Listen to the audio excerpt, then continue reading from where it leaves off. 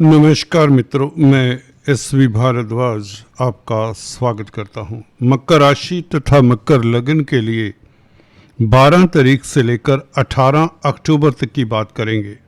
ये समय बहुत महत्वपूर्ण है, इसलिए इसे गौर से सुनिए, देखिए, अमल में लाइए। खासकर सूर्य का एक तो राशि परिवर्तन होगा 17 तारीख से। ये खास इसलिए है क्योंकि सूर्य इस बार नीच की राशि में प्रवेश कर रहा है। जैसा कि आप इस चार्ट में देख रहे हैं, सूर्य आपके परंतु कर्म भाव में है, दशम भाव में। 10th हाउस का सूर्य वह भी नीचगत हो, बुध मंगल का साथ भी रहेगा, हालांकि इसके ऊपर भी टिप्पणी करेंगे। तो सूर्य का राशि परिवर्तन हालांकि हम अलग से डिस्कस करेंगे, यहां पर इतना बताता जाऊं आपको कि सूर्य का यहां पर आना, बुध और मंगल दोनों मित्रों के साथ बैठना बहुत बड़ा राजयोग क्रिएट कर रहा है। ये नीच भंग राजयोग है या कोई दूसरा राजयोग है, इसके ऊपर टिप्पणी करेंगे अलग से वीडियो पे।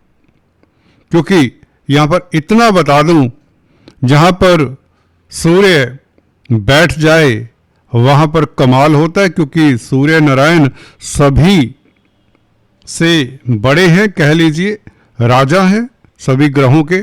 तो इसका प्रभाव निश्चित तौर से आपके लिए बहुत उत्तम रहने वाला है। हाँ, एक आध एरिया हो सकता है जहां पर आपको थोड़ा सा संभल कर चलना पड़े। दोस्तों, साप्ताहिक राशिफल है यूं तो। इसमें चंद्रमा के गोचर को हम मेन फोकस में रखते हैं, क्योंकि चंद्रमा मनसो जातक मन को कंट्रोल करता है, मन की गति को निर्धारित चंद्रमा ही करता है। पल पल आपके जहन में जो विचार आते जाते रहते हैं, इमोशंस का अप एंड डाउन होता रहता है, वह चंद्रमा की देन है। तो चंद्रमा की स्थिति को जानना बहुत जरूरी हो जाता है, क्योंकि कई बार आप जब बड़े डिसीजन ले रहे होते हैं तो मून का पोजीशन ट्रांजिट में बहुत इंपॉर्टेंस रखता है। तो चलिए शुरुआत करते हैं बिना समय आपका ज़्यादा लेते हुए। दोस्तों, आपको बताना चाहता हूं अंत में इस वीडियो के हम शुभ रंग, शुभ अंक, जेमस्टोन्स और उपायों की बात भी करते हैं। तो चंद्रमा गज केसरी राजयोग बना रहा है 12 और 13 तारीख को, गुरु के साथ है। जैसा कि आप देख रहे हैं आपके छठे भाव में, जिसे रिपु स्थान भी कहते हैं। छठा भाव कर्जे का, कोर्ट कचहरी का और दुश्मनी इत्यादि का है, परंतु यहाँ पर चंद्रमा बहुत बली होते हैं। चंद्रमा को एक्स्ट्रा बल मिलता है यहाँ पर। जब जब आपका चंद्रमा यहाँ पर गोचर करे, आप का मानसिक बल उच्च कोटि का होता है। अगर कोई महत्वपूर्ण कार्य करना है तो आपको 12 और 13 तारीख को कर देना चाहिए। हालांकि आगे भी 14-15 तारीख भी बहुत शुभ हैं, फिर भी यहां पर आप शत्रु हंता भी रहेंगे। आप चैलेंजेस को बखूबी हैंडल करने वाले होंगे। मानसिक बल के चलते आप मुश्किल से मुश्किल कार्य बहुत आसानी से कर पाएंगे, आपको पता भी नहीं चलेगा। दोस्तों, कुछ दिन अक्सर ऐसे आते हैं कि जब आपके मानसिक बल में काफ़ी वृद्धि होती है, आपको लगता है कि आप कुछ कर सकते हैं। और ऐसा ही चंद्रमा ये है 12-13 तारीख को आपको जिंदगी में ऊंचाइयां छूने के लिए प्रेरित करता है, क्योंकि गुरु के साथ भी है, अपने परम मित्र के साथ है, देवगुरु बृहस्पति के साथ है। देवगुरु बृहस्पति का साथ चंद्रमा को मिल जाए, ये चंद्रमा के ऊपर दृष्टि ही पड़ जाए, वैसे तो देवगुरु बृहस्पति की दृष्टि कहीं भी पड़ जाए वह लाभकारी होती है। जैसे कि इस देवगुरु बृहस्पति की दृष्टि इन 3 ग्रहों के ऊपर, जो कि त्रिग्रही राजयोग ही कहूंगा मैं, के ऊपर पड़ेगी का मतलब ये सूर्य जब 17 तारीख को यहाँ पर आएंगे तो ये त्रिग्रही राजयोग बनेगा। तब गुरु का एस्पेक्ट कितना लाभान्वित करता है विस्तार से जानते नेक्स्ट वीडियो में। सूर्य के राशि परिवर्तन की वीडियो को मिस मत करिए आपके लिए, क्योंकि खास कॉम्बिनेशन कैरियर के भाव में और गुरु की दृष्टि भी है। लाभेश, भागेश और सूर्य जो कि अष्टम भाव के मालिक हैं, जो अचानक से होने वाली हैपनिंग्स को कंट्रोल करता है, जो शासन सत्ता का कारक है, राजनीति का, पॉलिटिक्स का कारक है, नीच का है, परंतु नीच भंग राजयोग कितना प्रबल बनाता है इसके ऊपर टिप्पणी करेंगे। तो 12-13 तारीख आप शत्रुहंता रहेंगे, कोर्ट कचहरी में फतेह के योग।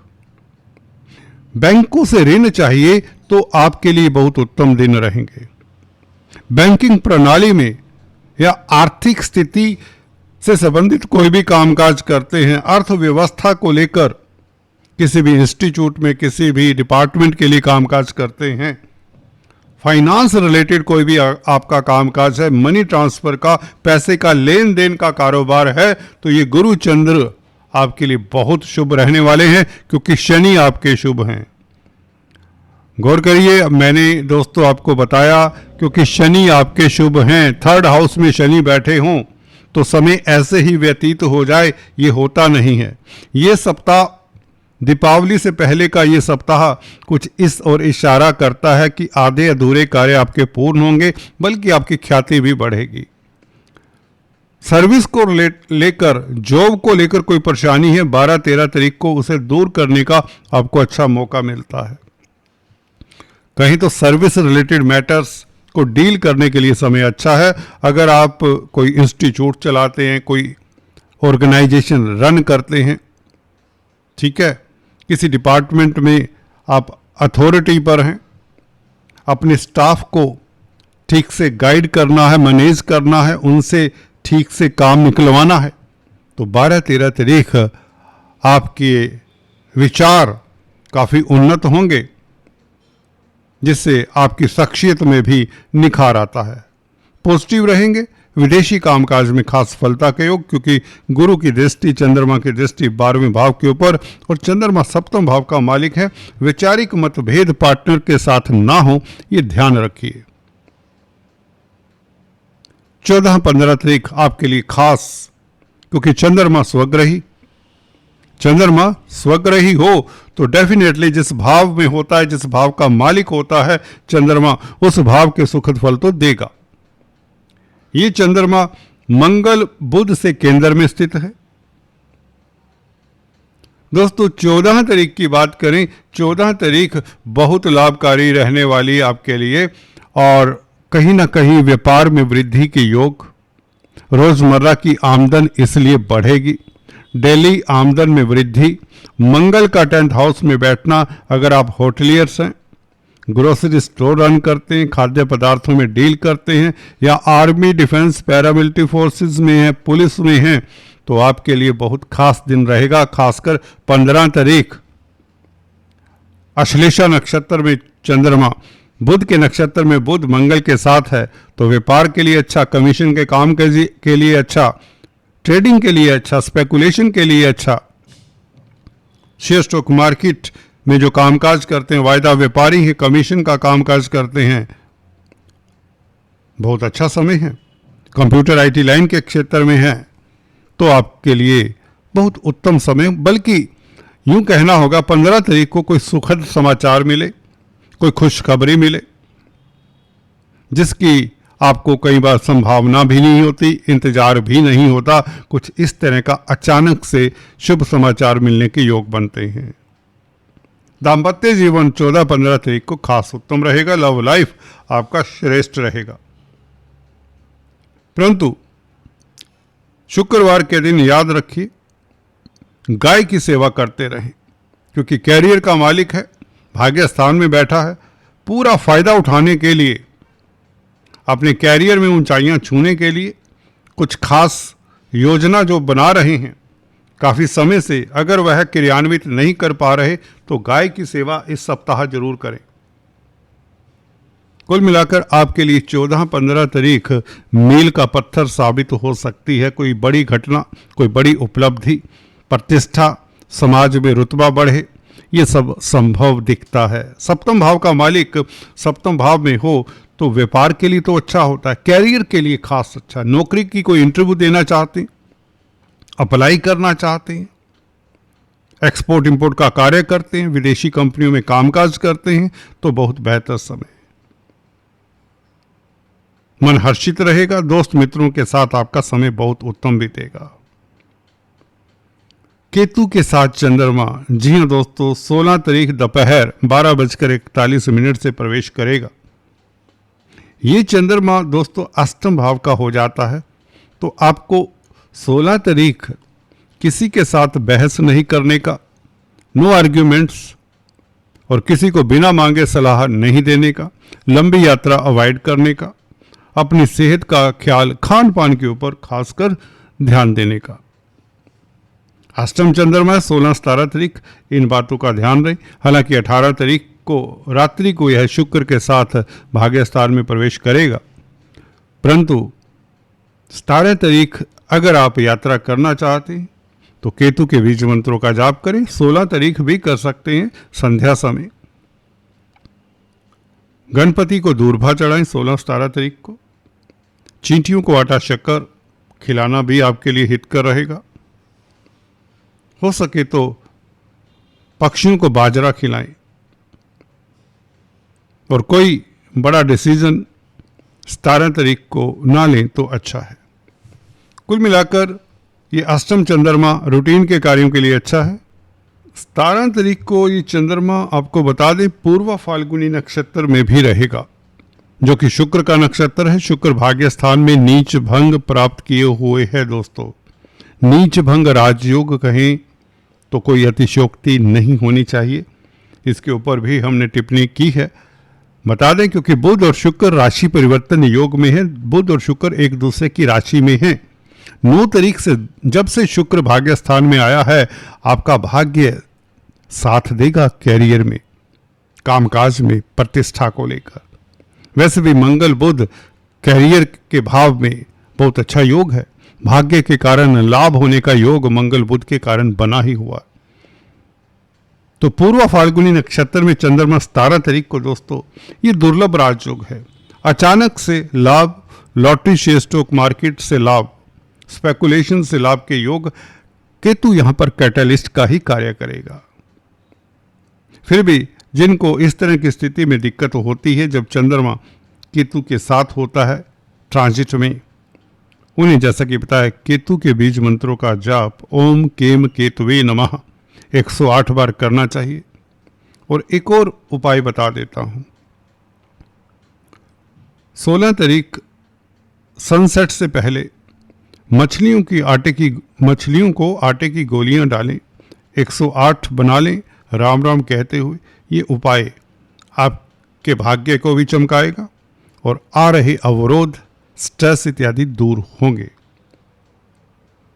दोस्तों 18 तारीख रात्रि को शुक्र के साथ चंद्रमा, देखिए भाग्य स्थान में सप्तम भाव का मालिक केंद्र त्रिकोण राजयोग और शुक्र पंचमेश है, तो लव लाइफ के लिए बेहतर, छात्रों के लिए समय बेहतर रहेगा।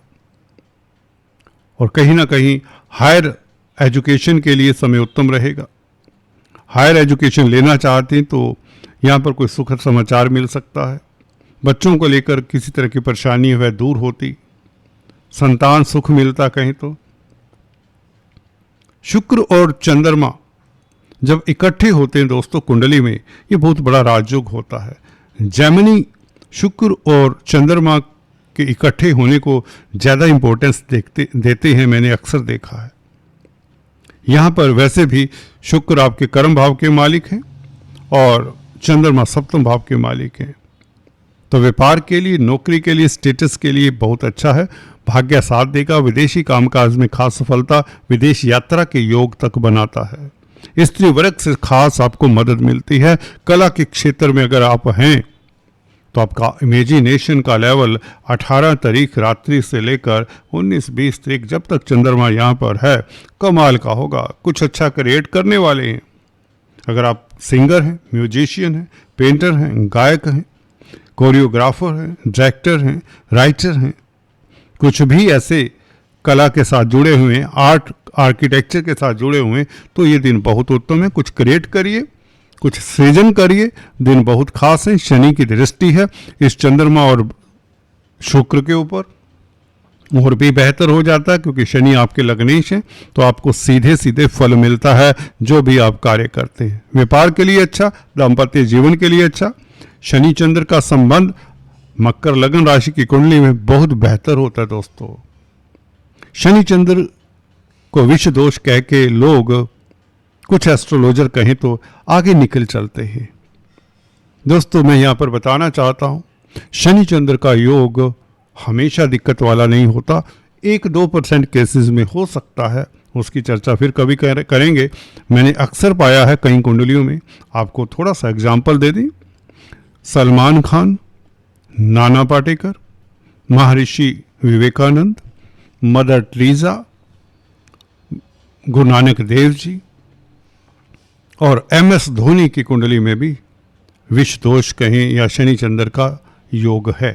परंतु MS धोनी की कुंडली में गुरु भी साथ है, तो इसलिए हम कह सकते हैं कि टोटली भंग हो जाता है। तो ऐसा नहीं है। एक ग्रह को देखकर, एक कॉम्बिनेशन को देखकर आपको दिल छोड़ नहीं देना चाहिए। ऑलवेज रिमेंबर, शनि चंद्र के ऊपर कोई भी दृष्टि पड़ जाए तो टोटली भंग हो जाता है ये दोष। शनि चंद्र किस नक्षत्र में है, कितनी डिग्रीज पर है, चंद्रमा की कितनी डिग्रीज है, चंद्रमा किस नक्षत्र में, कौन से वर्गा चार्ट में, there so many things. Anyways, अभी चलते चलते आपके लिए lucky number, lucky colour, gemstones की बात करें। देखिए, लक्की नंबर की बात करें तो लक्की नंबर आपके लिए रहेगा 2, 11, 29। लक्की कलर रहेगा दोस्तों स्काई ब्लू। सिल्क का कपड़ा अपने पास रखें कुछ समय के लिए, 1 महीने के लिए कम से कम। बहुत जल्दी आपका भाग्य साथ देगा, कैरियर में उत्थान के योग बनते हैं। इसके अलावा जेमस्टोन्स की अगर बात करें, अक्सर हम बताते आए हैं, फिर से रिपीट कर दें जो पहली बार हमारे इस चैनल पर आए हैं, और उनसे निवेदन भी है, अगर आपने अभी तक सब्सक्राइब नहीं किया तो कृपया सब्सक्राइब कर लें दोस्तों। अच्छा लगता हमें लगता है जो जेन्युइनिटी से, ईमानदारी से जो मैं कुछ कर रहा हूं आपके लिए, वो आप पसंद करते हैं। एनीवेज, नीलम धारण करने से पहले आपको नीली ट्राई कर लेना चाहिए, अगर आपको डाउट है कि नीलम शायद आपको सूट नहीं करता। शनि का स्टोन है लग्नेश, कभी बुरा नहीं करते, याद रखिए। हालांकि द्वितीय भाव का भी मालिक है शनि, पर फिर भी शनि आपके सहायक ही हैं। अगर आपको दंडित करते हैं तो आपके फायदे के लिए। जी हाँ दोस्तों, इसमें बहुत गहरा राज है इस बात में। दूसरा स्टोन ओपेल, शुक्र का स्टोन है, हर कोई धारण कर सकता है, बहुत महंगा नहीं। डायमंड भी अगर आप अफोर्ड कर सकते हैं तो नथिंग लाइक इट। दाम्पत्य जीवन में अगर कोई दिक्कत है, कैरियर में कोई प्रॉब्लम है, संतान को लेकर कोई दिक्कत है, संतान सुख में कमी है, तो डायमंड काफ़ी हेल्पफुल रहता है। अगर आप ये नहीं कर सकते तो गाय की सेवा करें, स्त्रियों का आदर करें, करके देखिए। इसके अलावा पन्ना बनता है, जी हाँ, एमराल्ड ग्रीन कलर का नायाब स्टोन है, और ये भाग्य स्थान का मालिक है, बुध का स्टोन है। इसे जरूर धारण करना चाहिए। विदेश जाना चाहते हैं तो धारण करें, व्यापार करते हैं तो धारण करें, पब्लिक डीलिंग का कामकाज करते हैं तो धारण करें। किसी तरह की स्टैमरिंग है, किसी तरह की बोलने में दिक्कत है तो धारण करें पन्ना। वैसे ही नर्वसनेस रहती है, एंग्जाइटी हो जाती है, घबराहट हो जाती है, तो पन्ना धारण करें। परंतु एक कंडीशन में बताया करता हूं, जब पन्ना आपको भूलकर धारण नहीं करना।